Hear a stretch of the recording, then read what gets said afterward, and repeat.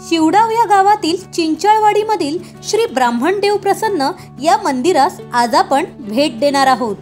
श्री ब्राह्मणदेव प्रसन्न हे एक जागरूक देवस्थान आहे। देवांचे देव महादेव नागदैवत यांच्याशी ते संबंधित आहे। गावकरी प्रत्येक वर्षी येथे धार्मिक कार्यांचे आयोजन करतात।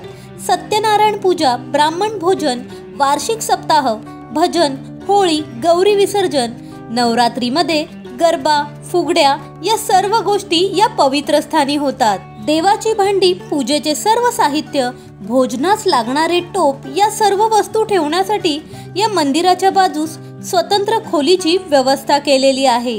गावातील आणि घराघरांमधील शुभ कार्याची सुरुवात श्री ब्राह्मणदेवास नारळ देऊनच केली जाते।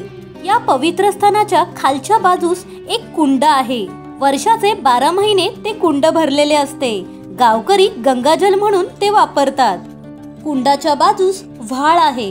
व्हाळातले पाणी सुकते पण कुंडातले पाणी कधीच मुरत नाही। मार्च महिन्यातील कामदा एकादशीस खूप मोठा सप्ताह या पवित्र स्थानी असतो।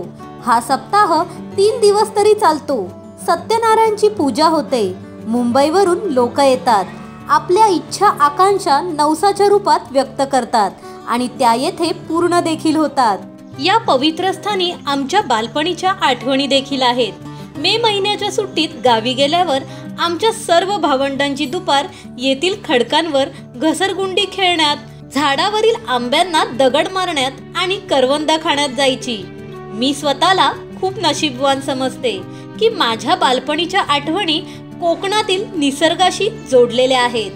बालपण पुन्हा नाही मिळवता येणार, पण येथे आल्यावर मला त्या आठवणी पुन्हा जगता येतात।